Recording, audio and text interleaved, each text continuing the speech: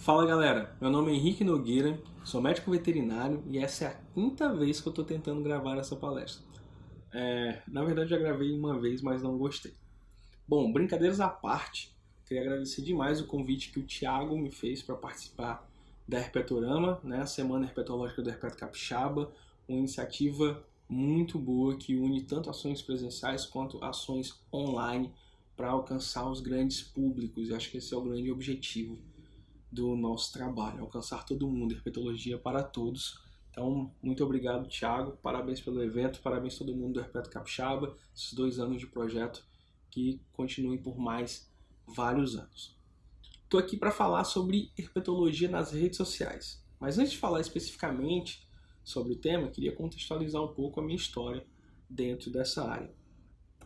Bom, minha vida acadêmica começou na UENF, né, Universidade Estadual do Norte Fluminense. Fica em Campos dos Goytacazes, interior do Rio de Janeiro. Durante a minha graduação, eu tive o prazer, né, de encontrar alguns professores com vertentes extensionistas muito boas. 2 deles são a professora Ana Bárbara, professora de anatomia, e o professor Leonardo Serafim, professor de histologia e responsável pelo NEPAS, que é o Núcleo de Estudo e Pesquisa em Animais Silvestres. Bom, com esses 2 professores, eu participei de projetos de educação ambiental e um deles era o uso da fotografia para a educação ambiental, um projeto que eu me identifiquei de cara bastante. E naquela época eu não tinha tanta desenvoltura para falar com pessoas. Pode não parecer, mas eu era uma pessoa muito tímida, muito na minha, e tinha medo às vezes de falar com as pessoas, né? E esses projetos me deram a oportunidade de estar desenvolvendo esse meu lado de comunicação. No começo desses projetos, como eu tinha essa dificuldade, uma das saídas que eu encontrei para poder estar passando o conteúdo foi criar um blog. Criei um blog numa plataforma chamada Blogspot, talvez alguns de vocês conheçam. Uma plataforma que hoje ainda existe, mas é muito menos utilizada. E nesse blog a gente postava sobre os animais da região, as nossas ações de educação ambiental. Com o passar do tempo, né, eu comecei a integrar a equipe do NEPAS, que é o Núcleo de Estudo e Pesquisa em Animais Silvestres, que ainda faço parte até hoje. No NEPAS especificamente, a função do blog se tornou muito mais necessária para divulgar as ações do núcleo, para divulgar o que a gente estava fazendo, divulgar os animais que a gente recebia, divulgar os conflitos que existiam entre animais silvestres e a população, assuntos sobre fauna urbana, os nossos cursos e todas as ações de educação ambiental. Então, essa habilidade, né, essa necessidade também de ter uma rede social naquela época já era presente para os trabalhos que eu desenvolvia para a gente poder alcançar públicos cada vez maiores, sempre associando essas ações online com ações presenciais, né? O NEPAS, tanto o NEPAS quanto o projeto de extensão da professora Ana Bárbara tinham ações presenciais muito marcantes. Bom, dentro do NEPAS, comecei a minha paixão por fotografia, né? Fotografo desde 2009, 2010, principalmente animais, agora fotografo pessoas também, fotografo de tudo um pouco, na verdade. E aí, junto com essa paixão por fotografia, começaram a surgir os campos, né? Comecei a ir para campo, acompanhando principalmente o pessoal da biologia, que também fazia parte do NEPAS, em especial o Carlitos, né? Carlos Alberto, que era o meu grande companheiro de campo naquela época e também aficionado por anfíbios e répteis. E por conta desse trabalho que a gente fazia, de fotografar os animais da região, os animais do campus da universidade, a gente pensou, onde que a gente vai postar esse material? As publicações do NEPAS acabaram ficando muito voltadas para anfíbios e répteis e a gente viu essa tendência, né? Essa coisa meio tendenciosa para herpeto e pensamos, vamos criar algo específico para anfíbios e répteis. E aí surgiu um blog de herpetologia na época também para a gente postar as fotos que a gente fazia e um pouco sobre aqueles animais. E nessa de nome, qual nome a gente vai dar, herpetologia, herpetofauna de campos, alguma coisa nesse sentido, surgiu o Herpeto em Foco, né, associando a questão da herpetologia com a fotografia. Né? Para quem não sabia, foi assim que surgiu o Herpeto em Foco, a primeira ideia do Herpeto em Foco como um blog, lá em 2010, 2011. Né? Estamos quase fazendo 10 anos, inclusive. Com o tempo, o Carlitos acabou saindo do Herpeto em Foco e o blog acabou se tornando uma página no Facebook. Naquela época, o Instagram tinha acabado de ser lançado, ainda não era tão conhecido aqui no Brasil. Então, mas em compensação, o Facebook já estava ganhando proporções muito grandes. A gente chegou a ter um perfil no Orkut também, inclusive. Mas migramos muito rápido do Orkut para o Facebook, com o Herpeto em Foco. E aí no Facebook a gente ganhou uma notoriedade muito grande na época. Né? 2011, 2012, praticamente não existiam perfis voltados para a herpetologia no Brasil. Inclusive nessa época surgiu também o herpeto.org, quase que nossa página irmã. Surgiram basicamente no mesmo período, né? Mas em situações totalmente diferentes, mero acaso, né? Do nosso amigo Rodrigo Tinoco. Inclusive nessa época a gente acabou fazendo campo juntos e conhecemos no Herpetofauna Litoral Norte da Bahia. É outro grupo também bastante conhecido. Bom, e aí surgiu o Herpeto em Foco junto com o herpeto.org e uma outra página que existia naquela época, que era bastante expressiva, era do Paulo Sérgio Bernardi, a Herpetofauna. Né? Até hoje o site dele era bastante expressivo naquela época. Existia um site de identificação de serpentes, não sei se alguém vai conhecer ou vai lembrar, que se eu não me engano era GetID Serpentes. Você entrava com algumas características e o site te dava uma lista de possibilidades. O site saiu do ar, eu não sei quem que geria esse site na época. Mas enfim, eram poucas as páginas e acabou que o Herpeto em Foco junto com o herpeto.org ganharam um destaque bem grande nessa área. Com o passar do tempo, né, e eu me aproximando do final da minha graduação, as coisas ficaram um pouco complicadas, assim como ficam todo final de graduação, e infelizmente eu tive que abandonar o Herpeto em Foco por um tempo. Carlitos também acabou saindo da área, as outras pessoas que ajudavam a gente na época acabaram se distanciando um pouco, e eu fiquei sozinho por um tempo no Herpeto em Foco, e não tinha mais tempo para continuar alimentando a página, e fui simplesmente deixando a página de lado, meio a contragosto, mas não conseguia manter. E aí, nesse dia, deixando a página de lado, o Herpeto em Foco ficou praticamente 4 anos parado. Né? 4 anos sem relevância, sem ter postagens novas. Tanto é que a galera mais nova aí, né? Tô falando, tipo, eu sou o velhão da Herpeto. A galera mais nova não conhecia a página no Facebook.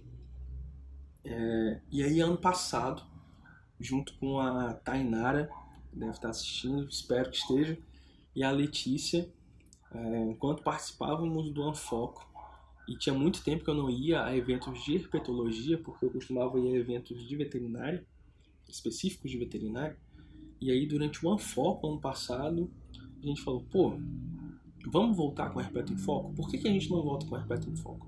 Tem tanta coisa legal acontecendo, vamos voltar com o Herpeto em Foco, e a gente cria finalmente o nosso perfil no Instagram. Né? Esses últimos anos o Instagram ganhou uma notoriedade muito, muito grande. Criamos o Herpeto em Foco no Instagram, né? Retomamos o Herpeto em Foco ano passado no Anfoco. Muito obrigado a todo mundo que estava no Anfoco, que foram as falas de vocês durante o Anfoco que deram esse gás para a gente voltar. Voltamos com a página, criamos o perfil no Instagram e cá estamos nós, né? De novo tentando fazer algum trabalho de divulgação científica, algum trabalho voltado para a herpetologia nas redes sociais, tá? Pois bem, dada essa introdução toda, vamos falar especificamente sobre as redes sociais em si, contextualizar isso. É notável a influência que as redes sociais têm na nossa vida hoje em dia, né? As nossas vidas estão cada vez mais inseridas nas redes sociais, as redes sociais estão cada vez mais inseridas nas nossas vidas, com uma diversidade de possibilidades. A gente tem redes sociais para escrever textos, redes sociais para postar vídeo, rede social para postar foto, rede social que integra tudo isso, uma diversidade de redes sociais, todas elas possibilitando acesso fácil e rápido à informação. Porém, nem sempre uma informação de qualidade, nem sempre uma informação verídica, né? Vide a quantidade de fake news criadas aí com o advento da internet, o advento das redes sociais e a popularização disso. A gente está vivendo momentos em que fake news são muito mais difundidas do que informações reais, e isso é um problema que a gente precisa combater.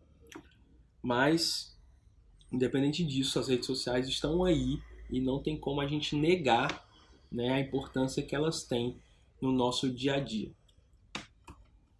E aí, tem um site que faz um compilado muito legal do uso da internet no mundo. E desculpa por esses barulhos de moto, de coisa passando, eu estou no horário de pico, né? São 6 e pouquinho e tá bem complicado, tem muito barulho na rua. Então desculpem por isso. Mas enfim, tem uma página chamada We Are Social que faz esse compilado das informações de uso de internet mundial, né? E os dados do Brasil, quando a gente para analisar, são bem interessantes. No Brasil, a gente tem 149 milhões de pessoas utilizando a internet. Desses 149 milhões, 140 são ativos em redes sociais, né? 66% da população brasileira é ativa em redes sociais. E 130 milhões usam redes sociais em dispositivos móveis, redes sociais de smartphones, né? Redes sociais que cabem na palma da mão. 61% da população está lá conectado com o seu telefone à internet, e há uma infinidade de coisas. Então a gente tem números bem expressivos no Brasil, né? 70% da população com acesso à internet, 66% utilizando redes sociais e 61% utilizando redes sociais em dispositivos móveis, né? E aí, dessas redes sociais utilizadas, esse site linka as mais utilizadas, e eu vou listar aqui as 4 mais utilizadas, são as 4 mais conhecidas por todo mundo também. E aí a gente tem o YouTube figurando em primeiro lugar como a rede social com mais perfis cadastrados, tá? Seguido do Facebook, depois vem o WhatsApp e por último o Instagram em quarto lugar. O Facebook ganhou uma visibilidade muito grande nos últimos 10 anos. O WhatsApp nem se fala, né? É o principal dispositivo de mensagens de texto e de ligação hoje em dia, né? E de fake news também, infelizmente. E o Instagram está lá como a 4ª rede social com maior número de usuários no Brasil. Porém, apesar do Instagram figurar só em 4ª posição com o número de usuários, o Instagram figura como a rede social preferida dos brasileiros, né? Porque é a rede que tem o maior índice de engajamento. O que é o engajamento?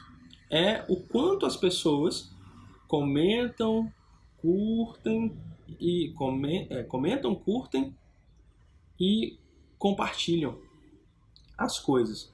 Então no Instagram as pessoas curtem bastante, comentam bastante e compartilham bastante.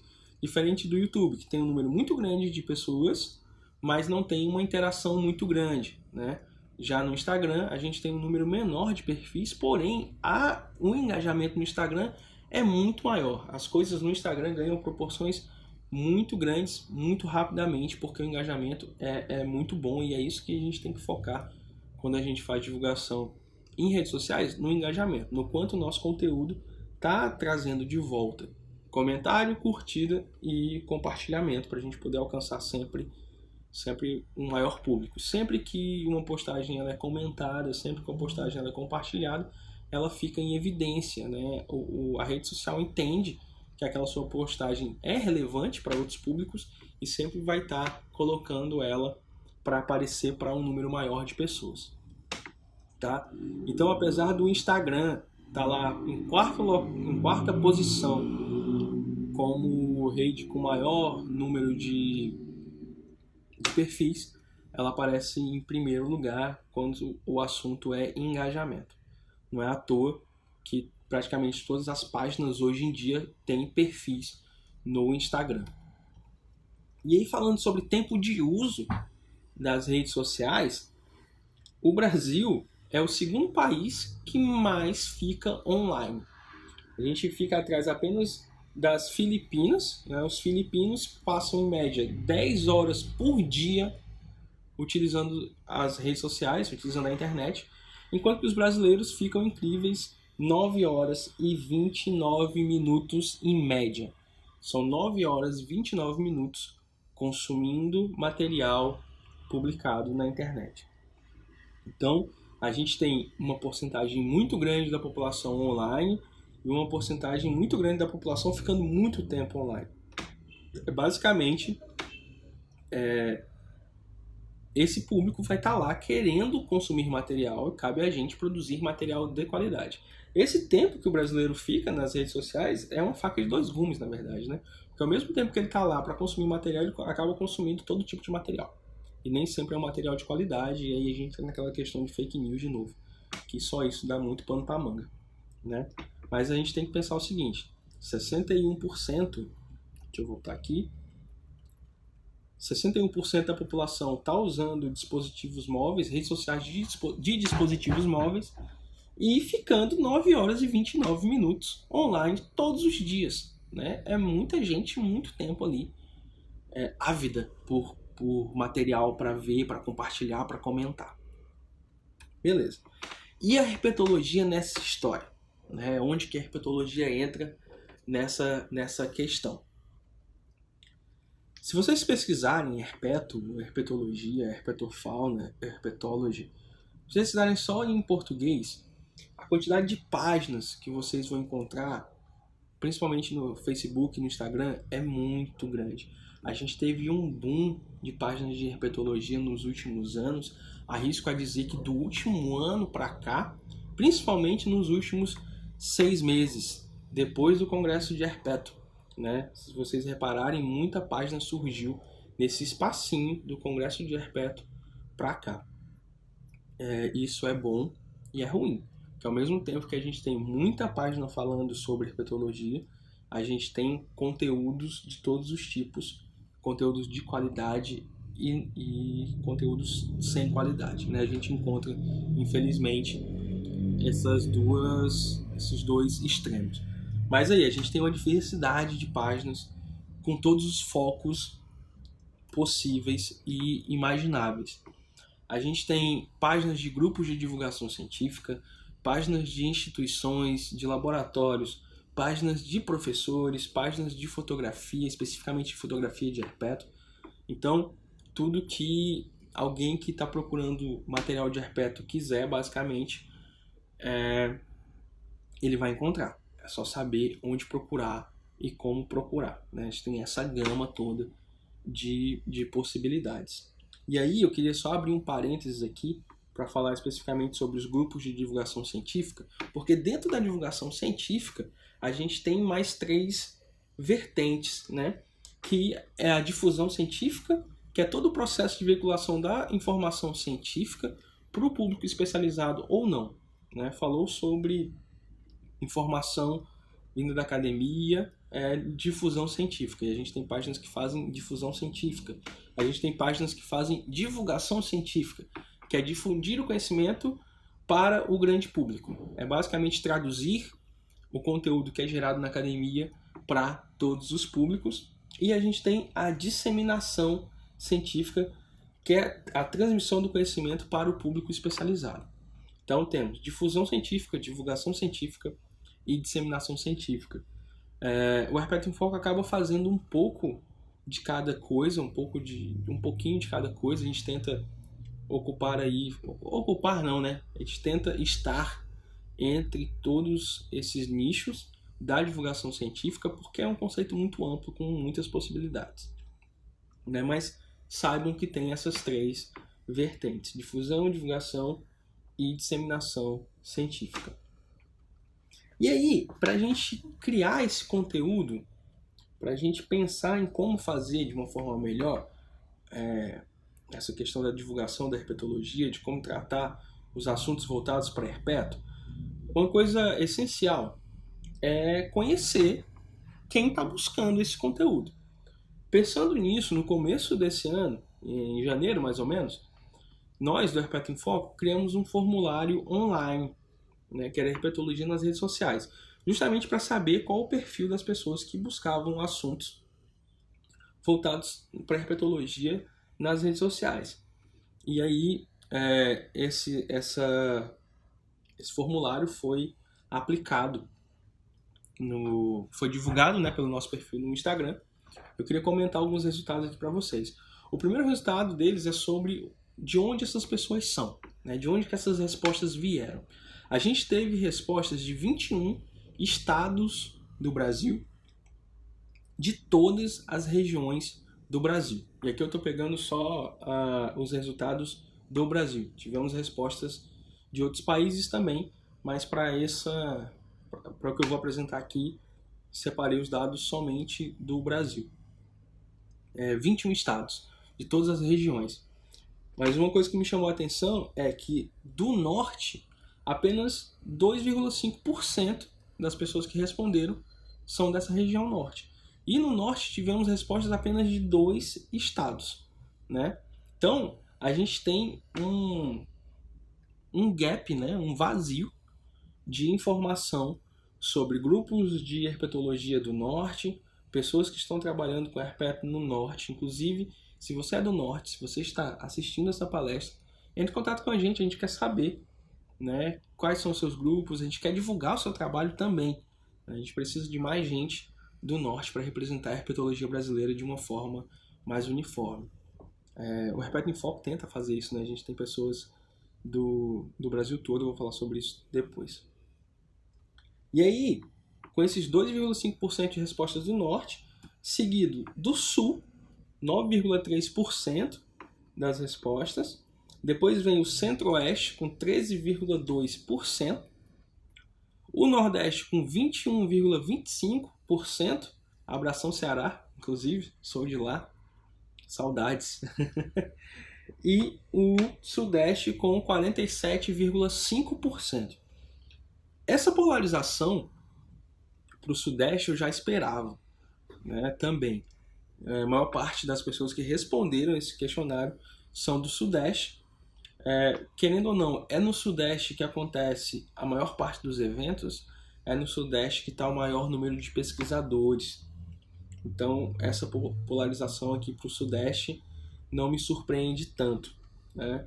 E aí a gente tem sudeste, seguido nordeste, centro-oeste, sul e norte, né? Norte sendo a região menos representada aqui.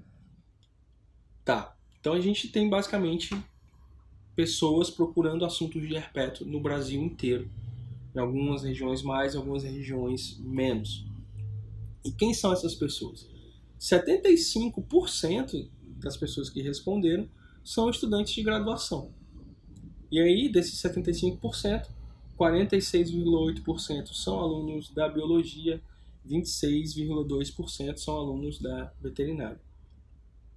Os outros 25% são estudantes da pós-graduação, são pessoas de outras áreas. Teve engenheiro ambiental que respondeu, teve contador que respondeu, várias outras profissões. Teve pessoas de fora da comunidade acadêmica que gosta de seguir a página para ver as fotos. Teve todas essas situações, mas a maioria esmagadora do público é de estudantes de graduação.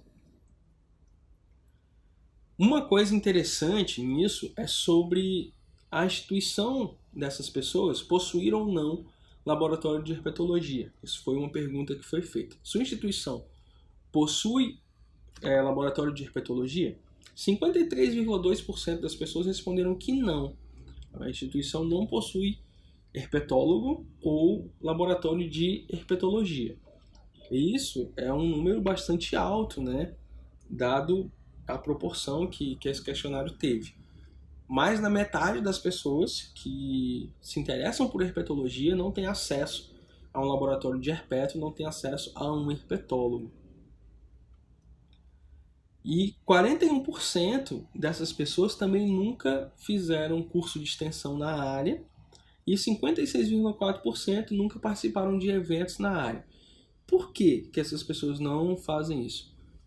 As justificativas foram distância de onde os eventos ocorrem, e a gente tem realmente a maioria dos eventos acontecendo no Sudeste, mais uma vez aquela polarização, porque a maioria das pessoas está aqui, né?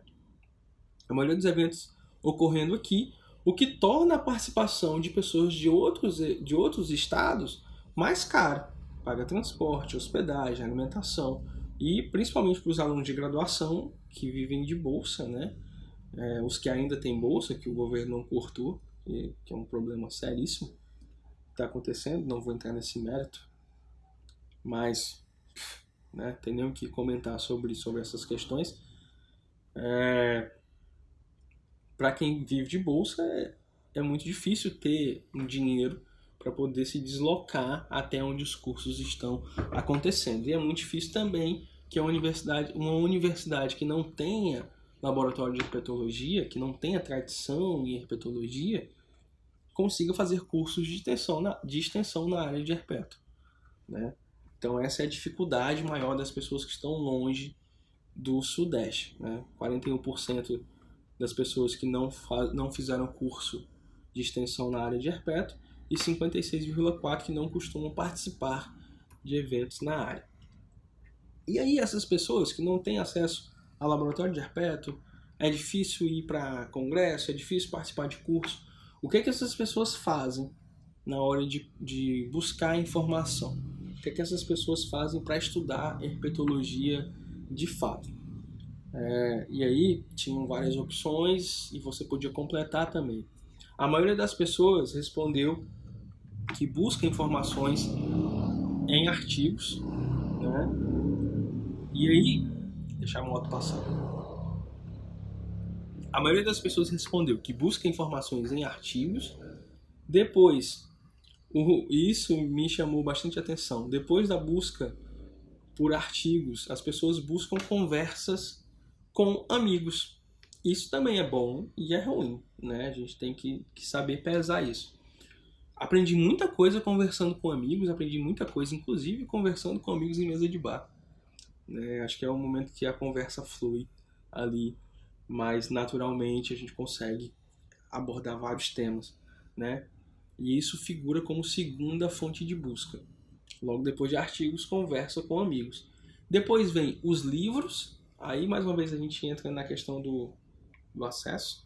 Apesar de ter muito material disponível na internet, vários livros que você pode baixar, tem muita coisa que você só consegue comprando, né? E nem isso não é acessível para todo mundo, infelizmente. A gente tem que ter isso em mente. Depois, livros, né? E por último, em quarto lugar, as redes sociais, né? As redes sociais figuram aí como fonte de consulta e informação para a galera que não tem tanto acesso a herpetólogos, não tem tanto acesso a eventos. Então, artigos, conversa com amigos, livros e buscas em redes sociais, acesso às redes sociais. E aí, as redes sociais começam a figurar como uma ferramenta importantíssima, né, na formação dessas pessoas, desses novos herpetólogos. E quais são os perfis mais acessados por essas pessoas? Isso foi outra pergunta também. A gente deixou lá um campo para a pessoa citar até 5 perfis que ela seguia, né? E comentar isso. Tivemos mais de 64 perfis citados, que eu falei. Teve um boom, né, de perfis de herpeto no último ano. Isso é bom e ruim, né? A gente tem muito material espalhado aí, mas também tem uma variação muito grande de qualidade desse material. E aí, desses 64 perfis citados, aparece lá, listei alguns dos mais citados, aparece o Herpeto em Foco. Isso é um viés que eu já esperava, até porque a pesquisa foi divulgada pelo Herpeto em Foco, é esperado que um dos perfis mais citados fosse o Herpeto em Foco, né? Eu não vou entrar nessa questão. Não estou querendo dizer assim, nossa, o Herpeto em Foco é a página mais citada. Não. Teve um viés que o Herpeto em Foco divulgou a pesquisa. Então é normal que ele apareça nessa lista. Teve também o Herpeto segundo herpetólogas, e aqui não estou listando em números de vezes que apareceu, não. Estou listando simplesmente os perfis mais citados. O Herpeto segundo herpetólogas, herpetologia segundo herpetólogas, um perfil que trouxe a temática das mulheres na ciência, né? É uma discussão que tem estado em pauta e precisa permanecer em pauta, né? Esse perfil está fazendo um trabalho sensacional com relação a isso, a divulgar as mulheres na ciência, coisa que, e eu me coloco nesse grupo também, a gente não costuma perceber tanto, não costumava perceber tanto, e aí elas chegam e joga isso na nossa cara, e eu acho isso sensacional. Parabéns para as meninas da Herpeto segundo herpetólogas. Continuem com o trabalho maravilhoso. Herpeto.org, né, do nosso amigo Rodrigo Tinoco, também, página irmã do Herpeto em Foco, surgiu lá atrás, né, nos primórdios das páginas de Herpeto no Brasil. Instituto Boitatá, que é uma ONG do nosso amigo Iberê, trabalha com conservação. Beijo, Iberê, seu lindo. Herpeto Capixaba, que está proporcionando Herpetorama, do nosso amigo Thiago. Mapinguari, que é um perfil mais voltado para a comunidade acadêmica em si, e o Diego Santana deixou isso bem claro um dia desses, que ele fez um IGTV, não lembro onde é que ele falou isso especificamente, mas o Mapinguari está aí mostrando como que é a vida no laboratório. Biotrópica, que apesar de ser um perfil de consultoria, uma empresa de consultoria, tem uma vertente na Herpeto muito grande por conta do Renato Gaiga. E Herpetofala no litoral norte da Bahia, que vem ganhando destaque aí, principalmente agora na participação do Panda, Herpetofala no Nordeste, sobre conservação dos lagartos de Restinga. Enfim, tem uma diversidade de outras páginas, é só ver aquela outra imagem que eu postei antes e vou postar aqui de novo. Então, todas essas páginas muito boas, sigam todos eles e compartilhem o material. E aí, sobre o conteúdo dessas páginas. A maioria das pessoas julgou o conteúdo dessas páginas como sendo bom, e aí era uma escala de ruim a ótimo, né? Como sendo bom e com linguagem acessível, né? Linguagem acessível à maioria dos públicos. E quais eram os assuntos mais buscados por essas pessoas? O que é que uma pessoa que vai lá na rede social buscar informação de herpeto procura? Basicamente, o assunto mais buscado: fotografias de espécies. Todo mundo quer ir lá ver a foto do bicho para tirar dúvida de identificação. Isso também é um viés complicado aí, identificar bicho por foto. Alguns grupos, praticamente impossível fazer isso. A gente tem que ter muito cuidado quando trata isso nas redes sociais. Ecologia e conservação, publicações mais recentes, abordagens veterinárias. Isso me surpreendeu um pouco, né? Nem sempre as pessoas procuram as questões veterinárias ligadas à herpetologia. Noções básicas de herpetologia. Então, a gente tem fotografia de espécies, assuntos de ecologia e conservação, publicações recentes, abordagens veterinárias, noções básicas de herpetologia. É nesse contexto, basicamente, que o Herpeto em Foco tenta trabalhar. E outras páginas também, né? Pegar um pouco de cada um desses tópicos e soltando informação e tentando produzir conteúdo para que as pessoas consigam ter uma fonte legal de informação. Então são muitos assuntos buscados com uma linguagem acessível, né? Para uma pessoa que está começando os estudos consiga entender qualquer uma das coisas que estejam lá.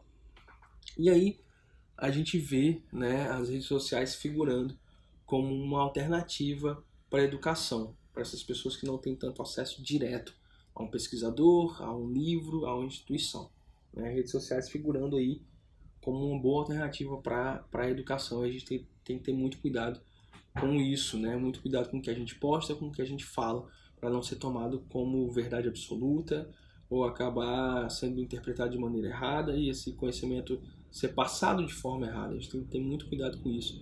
Com o jeito que a gente posta as fotos, o jeito que a gente posta uma manipulação de um animal, um vídeo, um procedimento mais invasivo, né? Principalmente nas questões veterinárias, nas questões que envolvem eutanásia. Tem que tomar muito cuidado em como a gente aborda essas questões para acabar não gerando situações em que sejamos mal interpretados, né? Isso é bastante complicado quando você dá a cara a tapa assim, para produzir conteúdo. Você está sempre sujeito a críticas, e críticas são sempre bem-vindas, né? Mas tem que ter muito cuidado com aquilo que a gente faz. E quais são os principais desafios enfrentados hoje na divulgação da Herpeto nas redes sociais? Bom, acho que o principal desafio, isso a gente discutiu bastante já em outras situações, principalmente também durante o congresso, ser mais inclusivo. Ser mais inclusivo como?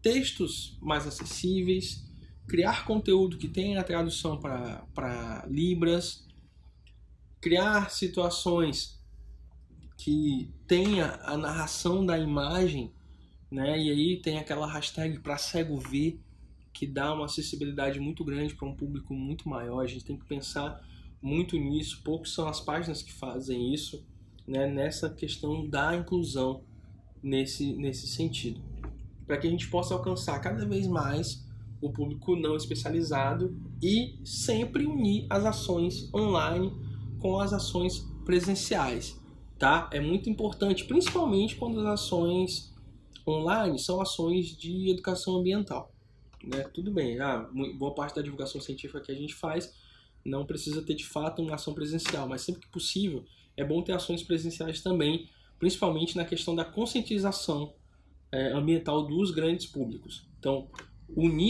levar esse conteúdo que a gente está produzindo nas redes sociais para fora das redes sociais. Então, a gente pega o conteúdo da academia, traduz ele para as redes sociais e alcança os grandes públicos, depois pega esse material das redes sociais, a visibilidade das redes sociais e leva isso para o meio físico, leva isso para ações presenciais de conservação. Acho que assim a gente vai conseguir fazer um trabalho melhor e é isso que a gente tenta fazer sempre, tá? Então acho que o principal nisso tudo, resumindo, ser mais inclusivo em toda a amplitude, né, da palavra, do termo ser inclusivo. Bom, basicamente isso que eu tinha para falar. Eu consegui dar uma pincelada geral, o tempo já está bem corrido. Pincelada geral no que está acontecendo hoje na herpetologia nas redes sociais. Queria agradecer demais, mais uma vez, o convite para participar do Herpetorama. Queria agradecer também todo mundo que está comigo no Herpeto em Foco hoje, né? Tem uma galera que está participando junto comigo e o Herpeto em Foco não seria metade do que é hoje se não fosse essa galera. Queria agradecer Letícia Leitão, a Tainara, o Biratã, a Carol, o Vitor Favaro, ao Bruno, ao Afonso, a Luana, ao Gaspar, o Rafael, Vitor, Rocha e Betina pela ajuda em tudo. Todas essas pessoas, muitíssimo obrigado por estarem fazendo parte dessa família. E é isso, vocês são demais. Gente, se tiverem alguma dúvida, meu e-mail tá aqui, meu Instagram tá aqui. Podem mandar e-mail, podem mandar direct. Sigam o Herpeto em Foco, sigam todas as outras páginas. E é isso, a gente se vê numa próxima oportunidade. Até mais.